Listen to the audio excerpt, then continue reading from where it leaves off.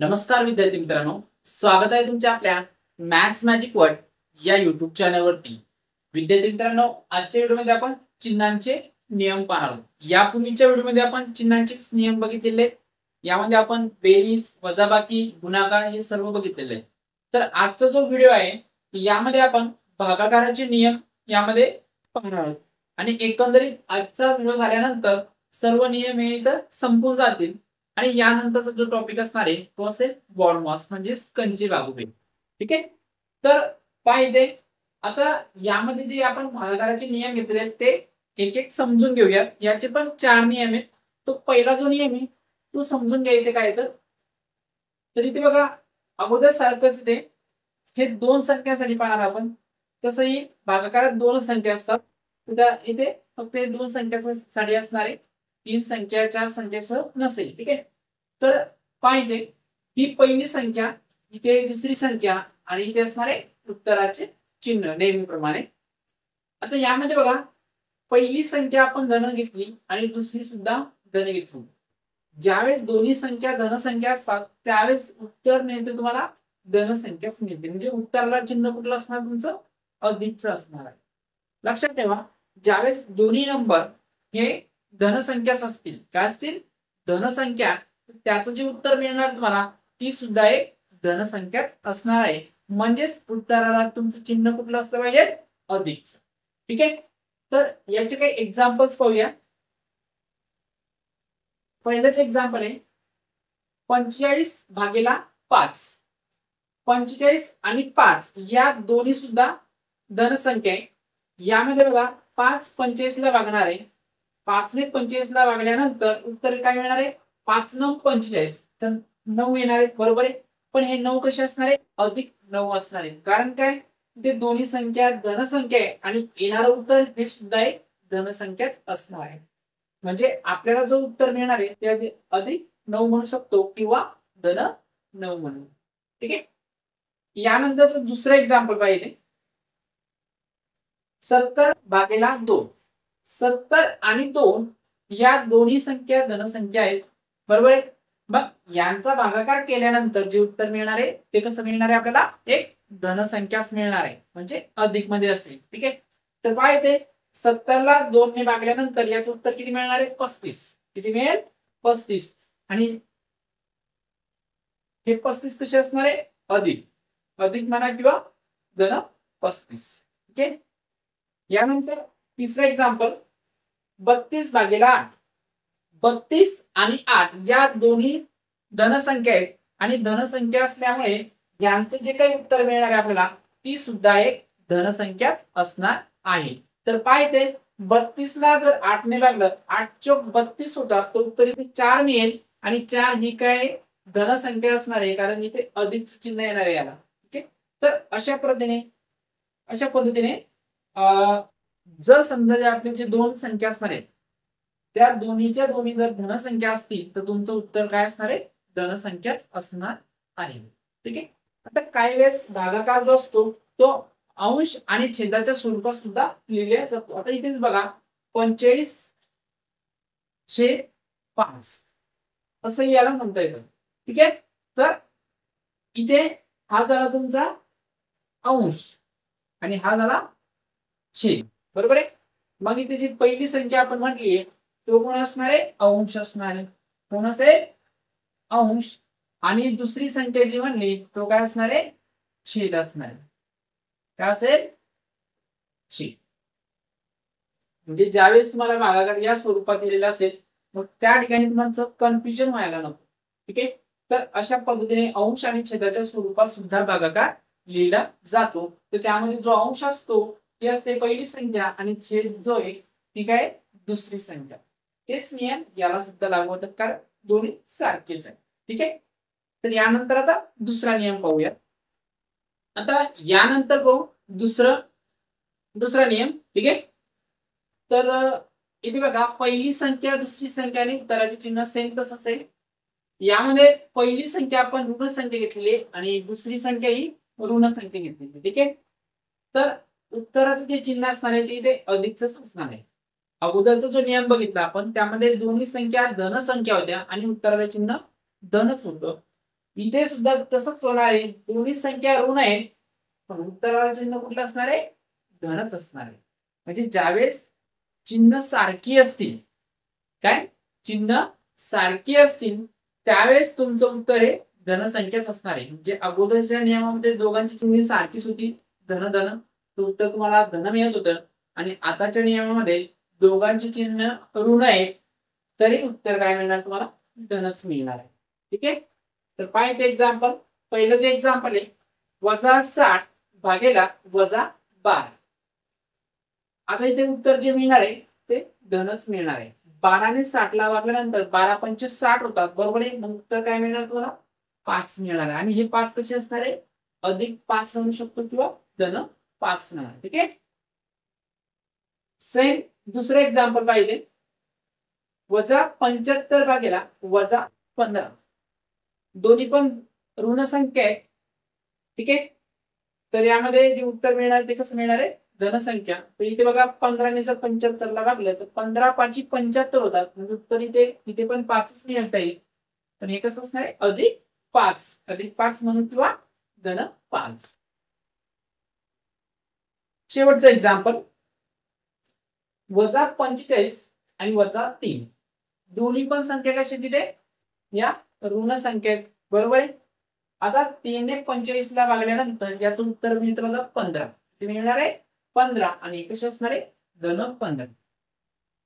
तर अशा पद्धतीने ज्यावेळेस दोन्ही चिन्हे सारखीच असतील, म्हणजेच इथे ऋण आहे, दोन्ही चिन्ह ऋण असतील तर तुमचं उत्तर काय असणार आहे, धनसंख्याच असणार आहे. आता समजा या संख्या जर तुम्हाला अंश आणि छेदाच्या स्वरूपात असतील तर कशा दिसतील, तरी ते पहा. -60 छेद -12, बरोबर आहे. तर होतंय काय, ज्यावेळेस त्या अंश आणि छेदाच्या स्वरूपात लिहिले जातात त्यावेळेस तुम्ही याला डायरेक्ट असं कॅन्सल करू शकता. हे वजा या वजा सोबत कॅन्सल होऊन जातं. म्हणजे तुम्हाला इथे दिसतंय काय, 60/12. दोन्हीच्या दोन्ही धनसंख्या होऊन जातात, दोन्हीच्या दोन्ही धनसंख्या होऊन जातात. आणि येणारं उत्तर ही धनसंख्याच असते, 12 पंचे 60. या पद्धतीने इथे पण तसंच होणार आहे, -75 छेद -15. हे वजा वजा कॅन्सल होणार आणि 15 ने 75 ला भागल्यानंतर उत्तर किती मिळते तुम्हाला, 5 मिळते. म्हणजे या सर्व कंडिशन मध्ये काय होते, तर वजा हे कॅन्सल होऊन जातोय. जर तुम्ही अंश आणि छेदाच्या स्वरूपात जर लिहिलं तर तुम्हाला तो कॅन्सल होता ना. तर अशा पद्धतीने पहिला आणि दुसरा जो नियम आहे तो जेमतेम सारखाच आहे. याचे लक्षात काढायचं, ज्यावेळेस सारखी चिन्ह असतील त्यावेळेस जे उत्तर मिळणार आहे ते एक धनसंख्याच असणार आहे. ठीक आहे. मग तुमची चिन्ह ऋण असो की धन असो पण उत्तर तुम्हाला धनसंख्याच मिळणार आहे. ठीक आहे. यानंतर पाहू तिसरा नियम. यामध्ये बघा पहिली संख्या धनसंख्या आहे, दुसरी ऋण संख्या आहे.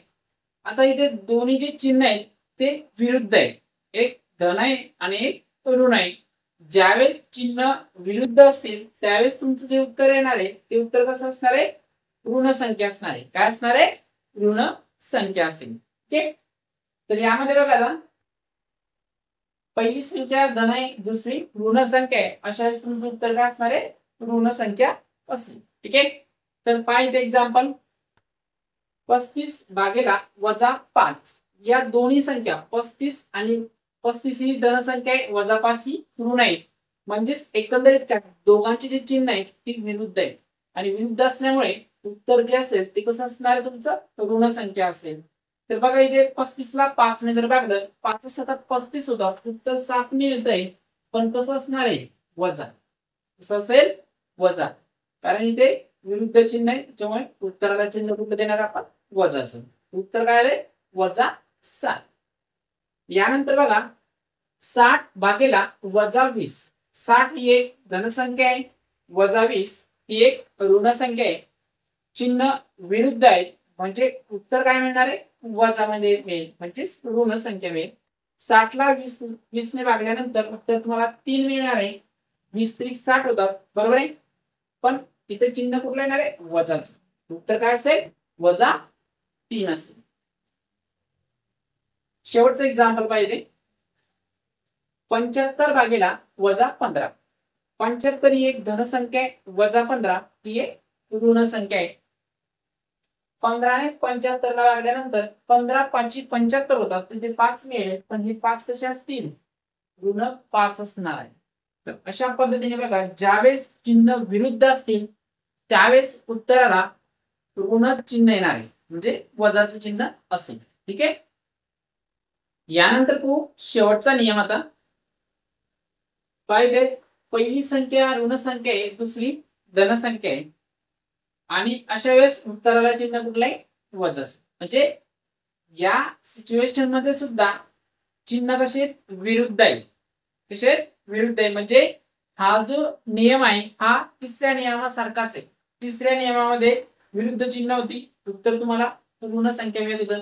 इथे पण चिन्ह विरुद्ध आहे आणि इथे सुद्धा तुम्हाला जे उत्तर मिळणार आहे ती एक ऋण संख्याच असणार आहे. तर पहा इथे पहिलं एक्झाम्पल, -49 भागिले 7. 49 -49 ही एक ऋण संख्या आहे आणि 7 ही एक धन संख्या आहे. 7 ने 49 ला भागल्यानंतर उत्तर तुम्हाला 7 मिळणार आहे, पण कसे असणार आहे हे, -7. उत्तराला वजाचं चिन्ह तुम्हाला द्यावं लागणार आहे. आता हीच संख्या आपण जर अंश आणि छेदाच्या स्वरूपात लिहिली तर या पद्धतीने दिसेल, -49 भागिले 7. आता 7 ने 49 ला भागल्यानंतर बघा, 7 1 7, 7 7 49 होता, तो उत्तर काय मिळणार आहे, -7. या पद्धतीने म्हणजे नियम त्यालाही लागू होणार आहे, याला सुद्धा लागू होणार आहे. फक्त फरक एवढाच आहे, हा जो भागाकार आहे हा फक्त अंश आणि छेदाच्या स्वरूपात आपण इथे लिहिलेला आहे आणि हे संक्षिप्त रूप दिलेले आहे. संक्षिप्त रूप कशा पद्धतीने द्यायचं हे आपण नंतर बघणारच आहोत. कंचे बाहुबेव हा जो टॉपिक आहे हा झाल्यानंतर आपण संक्षिप्त रूप कसं द्यायचं ते पण पाहणार आहोत. तर पाहिजे दुसरं एक्झाम्पल, -27 भागिले 9. -27 ही एक ऋण संख्या आहे आणि 9 ही एक धन संख्या आहे. आता 27 ला 9 ने जर भागलं, 27 ला 9 ने भागले तर 9 त्रिक 27 होतात, बरोबर. तिथे 3 येणार आहे, पण कशी असणार आहे, -3. याचं जे उत्तर असेल ते कसं मिळेल आपल्याला, वजामध्ये मिळणार आहे, म्हणजे ऋण संख्या. आणि शेवटचं बघा, -40 भागिले 8. ही एक ऋण संख्या आहे आणि ही धन संख्या आहे. 8 ने 40 ला भागल्यानंतर उत्तर 5 मिळते बघा. 8 पंचे 40 होतात, बरोबर आहे, म्हणजे ते येणार 5, पण कसे असेल हे ऋण 5 असणार आहे.